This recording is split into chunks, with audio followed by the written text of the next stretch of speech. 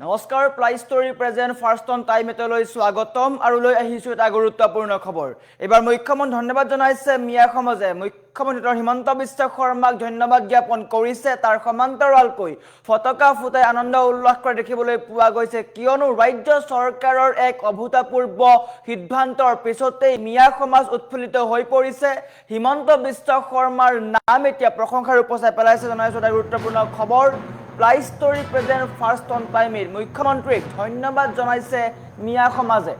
ফটকা ফুটাই আনন্দ উল্লাস কৰিছে মিয়া সমাজে। ডক্টৰ হিমন্ত বিশ্ব শৰ্মাৰ প্ৰশংসাত পঞ্চমুখ এতিয়া মিয়া সমাজ। মিয়াৰ মুখে মুখে এতিয়া মুখ্যমন্ত্ৰীৰ প্ৰশংসা।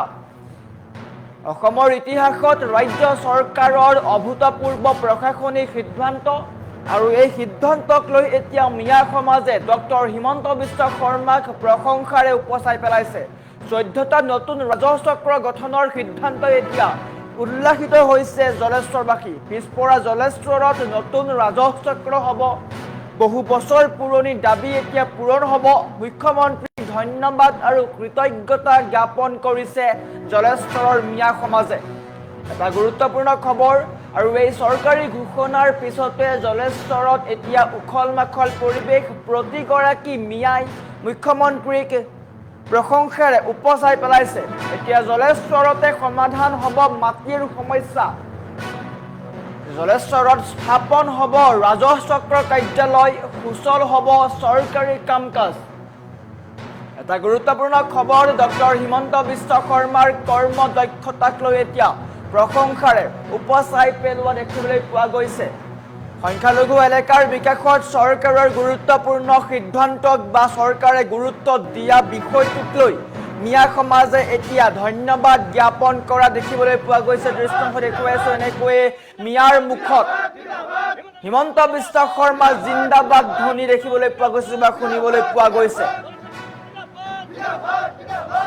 মিয়াৰ মুখত হিমন্ত বিশ্ব শৰ্মা জিন্দাবাদ ধ্বনি আৰু সকলোৱে প্ৰশংসাৰ উপচাই পেলাইছে, কিয়নো বহু বছৰ ধৰি বিভিন্ন সমস্যা আছিলে জলেশ্বৰত, মাটিৰ সমস্যাই হওক বা অন্য সমস্যাই হওক।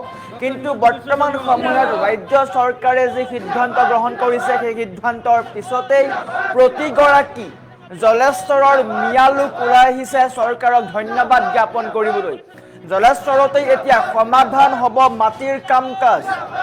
আঁতৰলৈ যোৱাৰ প্ৰয়োজন নাই। ৰাজহচক্ৰ কাৰ্যালয় হ'ব আৰু চৰকাৰী কাম কাজ এতিয়া জলেশ্বৰতে সমাধান হ'ব। আৰু তাৰ কাৰণেই মুখ্যমন্ত্ৰী ডক্টৰ হিমন্ত বিশ্ব শৰ্মাক ধন্যবাদ জ্ঞাপন কৰিছে। প্ৰতিগৰাকী মিয়াৰ মুখে মুখে এতিয়া ডক্টৰ হিমন্ত বিশ্ব শৰ্মাৰ প্ৰশংসা।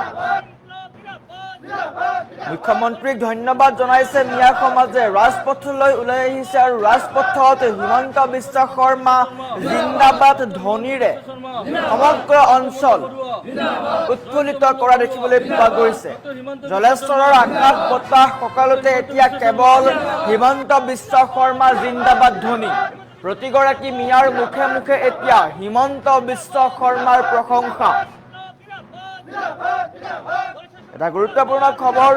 প্ৰশংসাৰে উপচাই পেলাইছে হিমন্ত বিশ্ব শৰ্মাক। বিভিন্ন সময়ত দাবী আছিল জলেশ্বৰৰ প্ৰতিগৰাকী লোকৰ যে ৰাজহচক্ৰ কাৰ্যালয় হ'ব লাগে, কিন্তু ৰাজ্য চৰকাৰে শেহতীয়া বিধানসভাত মুখ্যমন্ত্ৰীগৰাকীয়ে যি ঘোষণা কৰিলে সেই ঘোষণাৰ পিছতে এতিয়া আনন্দত উৎফুল্লিত হৈ পৰিছে জলেশ্বৰৰ মিয়া সমাজ।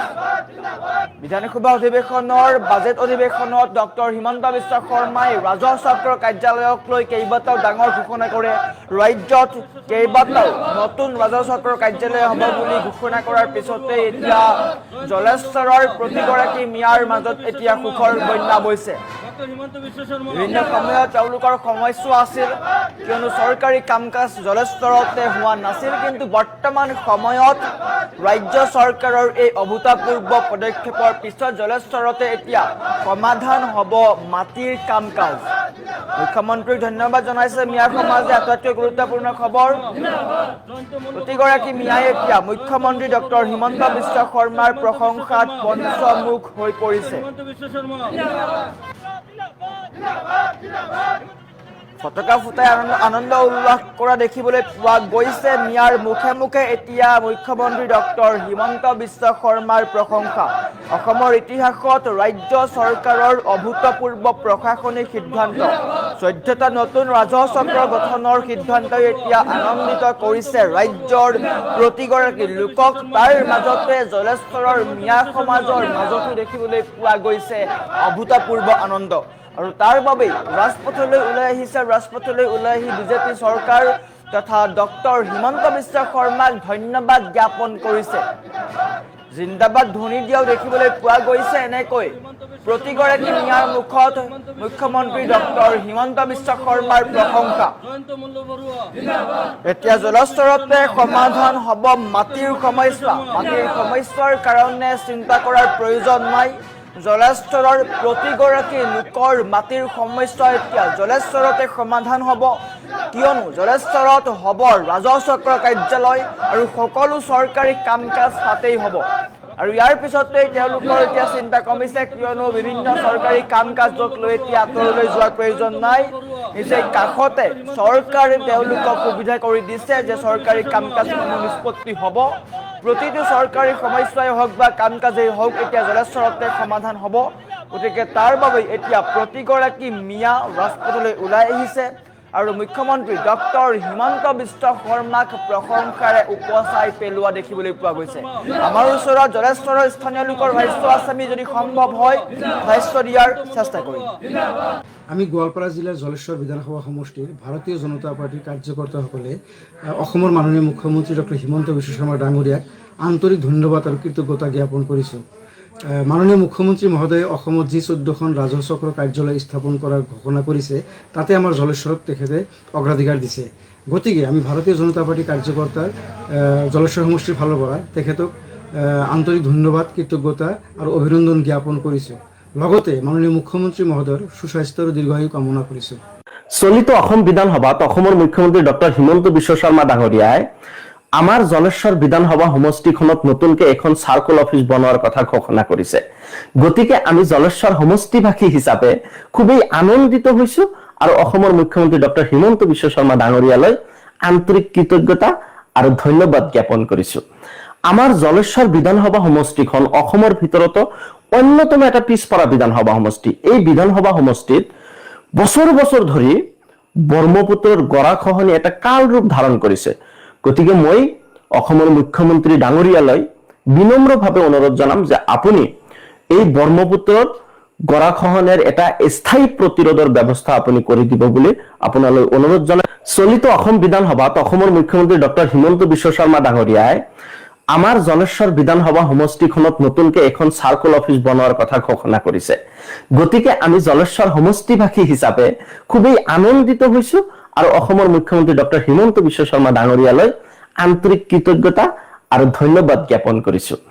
আমাৰ জলেশ্বৰ বিধানসভা সমষ্টিখন অসমৰ ভিতৰতো অন্যতম এটা পিছপৰা বিধানসভা সমষ্টি। এই বিধানসভা সমষ্টিত বছৰ বছৰ ধৰি ব্ৰহ্মপুত্ৰৰ গৰাখহনীয়া এটা কাল ৰূপ ধাৰণ কৰিছে।